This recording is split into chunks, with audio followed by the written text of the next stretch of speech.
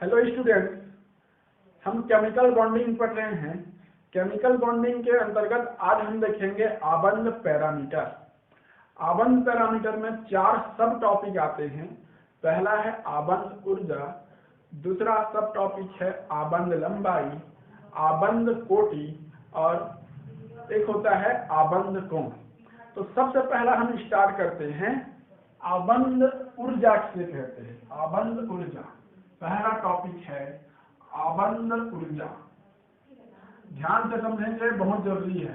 आबंध ऊर्जा, आबंध ऊर्जा किसे कहते हैं। देखिए, हम जानते हैं कि जब सहसंयोजी बंध का निर्माण होता है, जैसे हाइड्रोजन प्लस हाइड्रोजन आपस में मिलकर H2 अणु का निर्माण करते हैं, या हो सकता है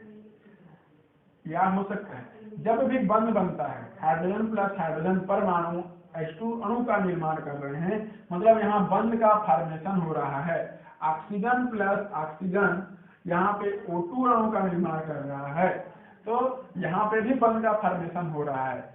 जब भी बंध का फॉर्मेशन होता है, वहाँ पे एनर्जी, यहाँ पर एनर्जी हमेशा बाहर निकलती है। जब भी बंध का निर्माण होता है तो एनर्जी हमेशा बाहर निकलती है। और जब भी बंध का विदलन होता है, जैसे H2 को मैं यहाँ 2 पार्ट में डिवाइड कर रहा हूँ, हाइड्रोजन प्लस हाइड्रोजन, यहाँ बंध टूट रहा है, या ऑक्सीजन को यहाँ 2 पार्ट में डिवाइड कर रहा हूँ, ऑक्सीजन प्लस ऑक्सीजन। तो जब भी बंध टूटता है तो वहाँ एनर्जी की आवश्यकता होती है, बाहर नहीं निकलता, अवशोषित होती है, आवश्यकता पड़ती है। तो आप आबंध ऊर्जा को 2 प्रकार से परिभाषित कर सकते हैं। हम आबंध ऊर्जा को 2 प्रकार से परिभाषित कर सकते हैं। पहला एनर्जी बाहर निकलने के टर्म में, और दूसरा एनर्जी को अवशोषित करने के टर्म में। तो पहली परिभाषा क्या होगी? पहली परिभाषा मैं बता रहा हूं कि जब भी 2 परमाणुओं में बंध का निर्माण होता है, जब भी 2 परमाणुओं में सहसंयोजी बंध का निर्माण होता है, तो जितनी ऊर्जा बाहर निकलती है वही ऊर्जा आबंध ऊर्जा कहलाती है। ध्यान से सुनेंगे। पहली परिभाषा को एनर्जी को बाहर निकलने के टर्म में परिभाषित करना है।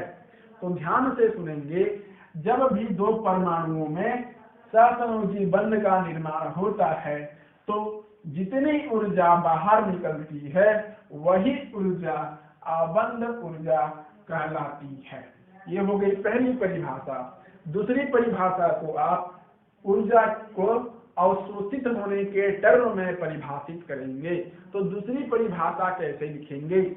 जब भी सहसंयोजी बंध का विदलन होता है, तो विदलन के लिए आवश्यक ऊर्जा, अवशोषित ऊर्जा आबंध ऊर्जा कहलाती है। एक बार पुनः बोल रहा हूं, जब भी सहसंयोजी बंध का विदलन होता है तो उस विदलन के लिए आवश्यक ऊर्जा आबंध ऊर्जा कहलाती है। इस आबंध ऊर्जा की इकाई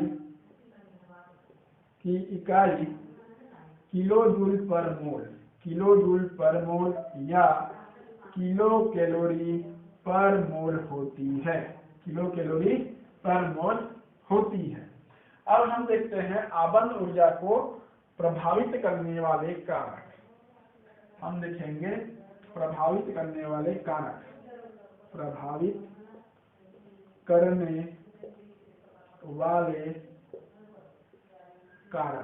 आबंध ऊर्जा को प्रभावित करने वाले कारक कौन कौन होंगे? पहला है परमाणु का आकार।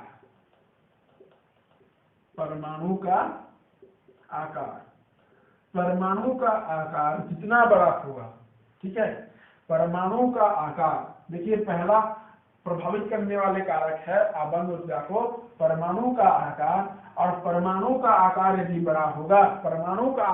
बड़ा होता है तो आबंध लंबाई अधिक होगी, लंबाई बढ़ेगी, लंबाई का मान बढ़ेगा, आबंध की लंबाई बढ़ेगी और आबंध की लंबाई बढ़ेगी तो ऊर्जा का मान कम होगा, ऊर्जा का मान कम हो जाएगा, ऊर्जा का मान कम हो जाएगा। आप खुद ही सोचिए, लंबी लकड़ी को तोड़ना आसान होता है, लंबी लकड़ी को तोड़ना आसान होता है क्योंकि उसकी लंबाई अधिक होती है।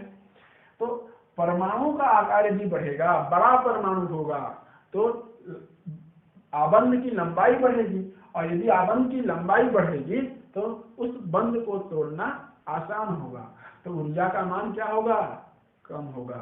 ठीक है, तो प्रभावित करने वाले कारक में पहला होता है परमाणु का आकार, परमाणु का आकार बड़ा होगा, लंबाई बढ़ेगी और लंबाई बढ़ने पर उसको तोड़ने के लिए कम ऊर्जा की आवश्यकता होगी, इसलिए ऊर्जा का मान, आबंध ऊर्जा का मान कम होगा। यह होता है पहला कारक। दूसरा कारक, आबंध ऊर्जा को प्रभावित करने वाला दूसरा कारक है आबंध की बहुलता। आबंध की बहुलता, आबंध की बहुलता मतलब हम जानते हैं कि हाइड्रोजन हाइड्रोजन में सिंगल बॉन्ड पाया जाता है। एक काम करता हूं, इसको मैं ऊपर ही लिखता हूं, ठीक है, हमेशा ऊपर ही लिखेंगे हम। इसको थोड़ा मिटा देता हूं, प्रभावित करने वाले कारक में इसको थोड़ा मिटाता हूं मैं, आबंध ऊर्जा को तो समझ गए। बड़ा बड़ा लिखता हूं थोड़ा तो ब्लैक बोर्ड में समस्या जाती है। मैं बता रहा हूं आबंध की बहुलता। आबंध की बहुलता किस प्रकार से प्रभावित करती है आबंध ऊर्जा को? यदि खुद देखिए, परमाणु परमाणु के मध्य सिंगल बंध भी पाया जाता है, डबल बंध भी पाया जाता है और त्रिबंध भी पाया जाता है। नाइट्रोजन नाइट्रोजन में त्रिबंध भी पाया जाता है, मतलब बंध की संख्या बढ़ रही है, बंध की संख्या बढ़ रही है। और जब भी बंध की संख्या बढ़ेगी तो संख्या बढ़ने पर उसको ऊर्जा की आवश्यकता अधिक होगी। तो आप खुद सोचिए, जहाँ पे ट्रिपल बंध है, त्रिबंध की ऊर्जा अधिक होगी द्विबंध से और एकल बंध की ऊर्जा सबसे कम होगी। ये क्रम होता है, त्रिबंध की ऊर्जा सबसे अधिक होती है, उसके बाद द्विबंध की और सबसे कम होती है सिंगल बंध की। तो आप याद रखेंगे, बंध की बहुलता, बंध की संख्या बढ़ने पर ऊर्जा का मान बढ़ता है, त्रिबंध की ऊर्जा सबसे अधिक, फिर द्विबंध की और फिर सिंगल बंध की ऊर्जा सबसे कम होती है। एक तीसरा कारक है, तीसरा कारक का नाम क्या है? तीसरा कारक है आबंध की बहुलता दूसरा, और एक तीसरा कारक है एकाकी इलेक्ट्रॉन युग्म। एकाकी इलेक्ट्रॉन युग्म। अब एकाकी इलेक्ट्रॉन युग्म की संख्या बढ़ेगी, एकाकी इलेक्ट्रॉन युग्म की संख्या बढ़ेगी तो प्रतिकर्षण अधिक होगा। हमने वैलेंस बॉन्ड थ्योरी में क्या देखा था? जब भी एकाकी इलेक्ट्रॉन युग्म बढ़ती है तो प्रतिकर्षण होता है, और जब भी प्रतिकर्षण होगा तो बंध को तोड़ने में आसानी होगी। तो एकाकी इलेक्ट्रॉन युग्म की जब इनकी संख्या अधिक होगी, एकाकी इलेक्ट्रॉन युग्म की संख्या का मान अधिक होगा तो बंध को तोड़ने के लिए ऊर्जा का मान जो है कम हो जाएगा, आसानी से टूटेगा तो ऊर्जा का मान, आबंध ऊर्जा का मान कम होगा। तो आबंध ऊर्जा को प्रभावित करने वाले तीन कारक हैं। परमाणु का आकार बढ़ने पर लंबाई का मान भी बढ़ेगा और ऊर्जा का मान कम होगा। दूसरा कारक है आबंध की बहुलता, आबंध की संख्या बढ़ने पर ऊर्जा का मान बढ़ता है, त्रिबंध की ऊर्जा अधिक, द्विबंध की कम और सिंगल बंध की सबसे कम। और एकाकी इलेक्ट्रॉन युग्म की संख्या यदि बढ़ेगी तो प्रतिकर्षण बढ़ेगा और प्रतिकर्षण के कारण आबंध ऊर्जा का मान कम हो जाएगा, तोड़ने के लिए कम ऊर्जा की आवश्यकता होगी। तो यहाँ पर कंप्लीट होता है आबंध ऊर्जा। नेक्स्ट हम लोग देखते हैं आबंध लंबाई। नेक्स्ट हम लोग देखेंगे आबंध लंबाई किसे कहते हैं। आबंध लंबाई,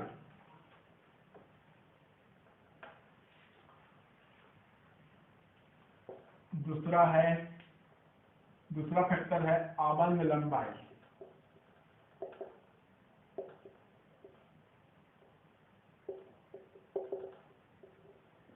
अब ये आबंध लंबाई होता क्या है देखिए, अभी हम हाइड्रोजन प्लस हाइड्रोजन आपस में मिलकर H2 अणु का निर्माण करते हैं, जानते हैं आप। मान लीजिए यहाँ हाइड्रोजन का परमाणु है, पहले हाइड्रोजन का परमाणु है H प्लस ये दूसरे हाइड्रोजन का परमाणु है H। जब ये मिलेंगे तो कुछ इस तरह से मिलेंगे, H2 अणु का निर्माण करेंगे कुछ इस तरह से, ठीक है। ये हो गया H2 का अणु।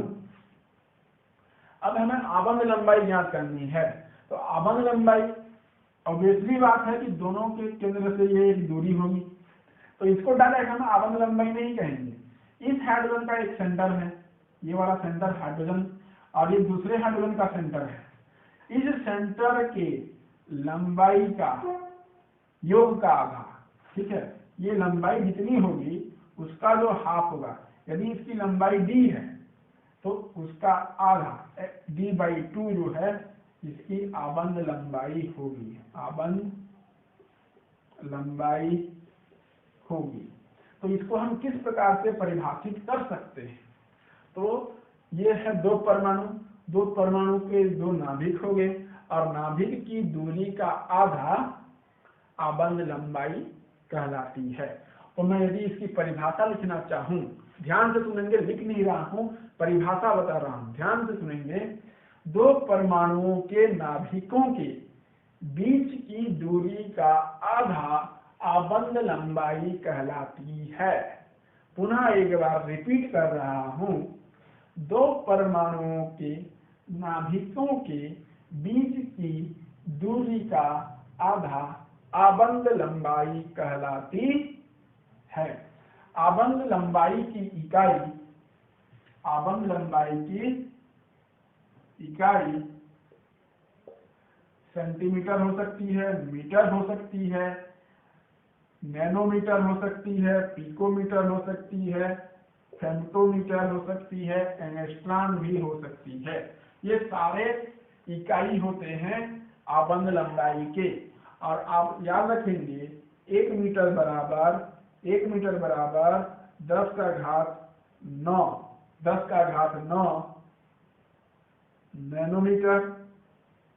नैनोमीटर बराबर, या हो सकता है 10 का घात 10 एंगस्ट्रॉम के बराबर होता है, या 10 का घात 12 पिकोमीटर के बराबर होता है, या 10 का घात 15 फेम्टोमीटर के बराबर होता है। तो ये वाली जो वैल्यू है आप याद रखेंगे, इकाई नैनोमीटर में भी हो सकती है, मीटर में भी हो सकती है, फेम्टोमीटर में भी हो सकती है। तो ये जो डब्बा में लिखा हूँ, 1 मीटर का मान 10 का घात 9 नैनोमीटर के बराबर होता है, 10 का घात 10 एंगस्ट्रॉम के बराबर होता है, 10 का घात 12 पिकोमीटर के बराबर होता है, या 10 का घात 15 फेम्टोमीटर के बराबर होता है। नेक्स्ट देखते हैं आबंध लंबाई को प्रभावित करने वाले कारक। आबंध लंबाई को प्रभावित करने वाले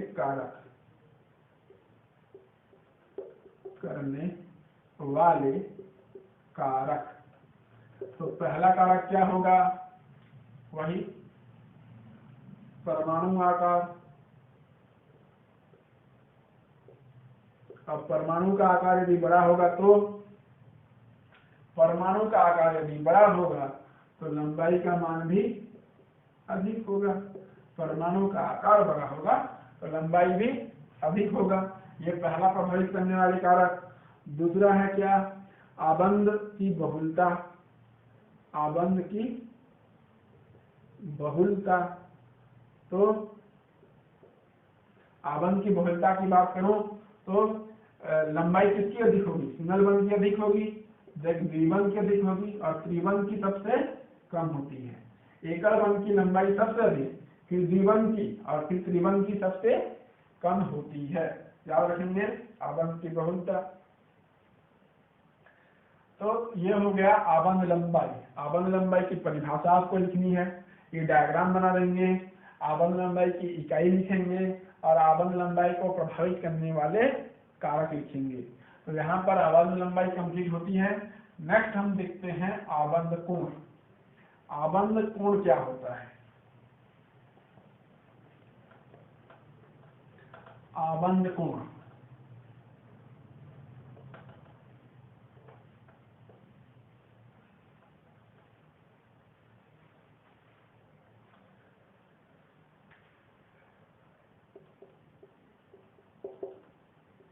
नेक्स्ट देखते हैं आबंध कोण।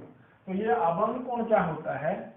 देखिए, जैसे मैंने आपको बताया था अमोनिया की संरचना, अमोनिया की संरचना, एक मैंने बताया था BeCl2 की संरचना, एक बताया था BCl3 की संरचना, और एक मैं मान लेता हूं CH4 की संरचना।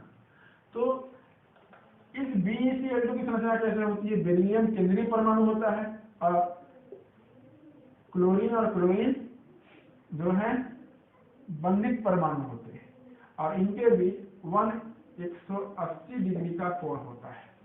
सिमिलरली BCl3 की बात करूं तो इसकी संरचना कुछ इस तरह से होती है, और CH4 की संरचना कुछ इस तरह से होती है।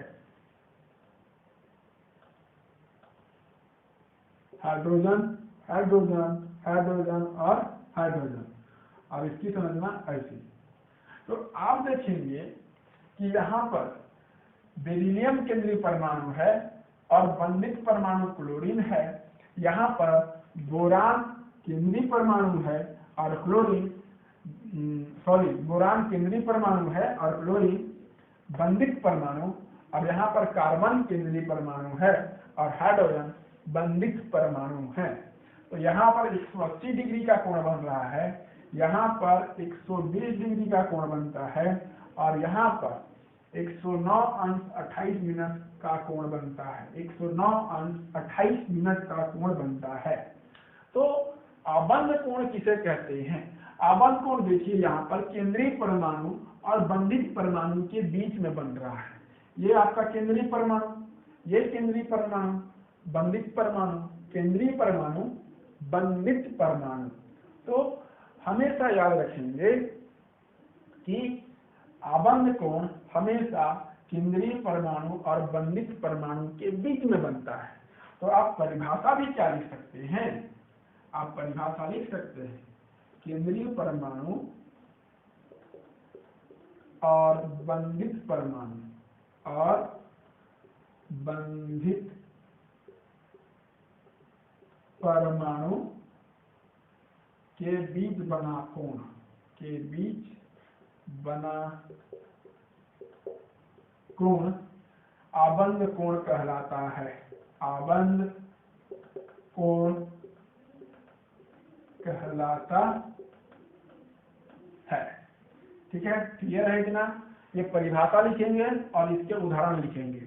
ये उदाहरण में आएगा, इस उदाहरण को दे देंगे तो ये आबंध कोण आपका कंप्लीट हो गया। आबंध कोण में और कुछ खास बात है नहीं, आप हमेशा याद रखेंगे आबंध कोण की परिभाषा और ये कुछ उदाहरण। धीरे धीरे हम आगे समीकरण पढ़ते जाएंगे तो आबंध कोण और धीरे धीरे स्पष्ट होता जाएगा। एक चौथा टॉपिक है आबंध कोटि।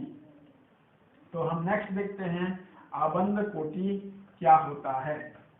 तो नेक्स्ट हेडिंग डालेंगे आबंध कोटि। देखिए, आबंध कोटि मॉलिक्यूलर ऑर्बिटल थ्योरी में हम पढ़ेंगे, तो यहाँ पर टेंशन अधिक लेना नहीं है, देना है। आबंध कोटि, आबंध कोटि का सीधा सा एक फार्मूला होता है। आबंध कोटि का एक सीधा सा फार्मूला मैं लिख रहा हूं यहाँ पर। आबंध कोटि का सीधा सा फार्मूला होता है बंधित बंधित परमाणु में इलेक्ट्रॉन की संख्या माइनस एंटी बॉन्डिंग परमाणु में इलेक्ट्रॉन की संख्या बटा 2। ये आबंध कोटि की सीधा सा फार्मूला है, और इसे हम आगे पढ़ेंगे इसी चैप्टर में मॉलिक्यूलर ऑर्बिटल थ्योरी के नाम से। तो अभी टेंशन लेने की जरूरत नहीं है, आपको सीधा लिखना है आबंध कोटि किसे कहते हैं। आबंध कोटि बंधित परमाणु में इलेक्ट्रॉन की संख्या माइनस प्रति आबंधी कक्षक में इलेक्ट्रॉन की संख्या बटा 2 होती है। आपको सीधा फार्मूला लिखना है, और इसे हम मॉलिक्यूलर ऑर्बिटल थ्योरी में पढ़ेंगे। तो यहाँ पर आबंध कोटि को अधिक समझने की जरूरत नहीं है, मॉलिक्यूलर ऑर्बिटल थ्योरी में ऑटोमेटिक आपको समझ में आ जाएगा। तो यहाँ पर आबंध पैरामीटर कंप्लीट होता है। आज की क्लास में इतना ही। जय हिंद, जय भारत।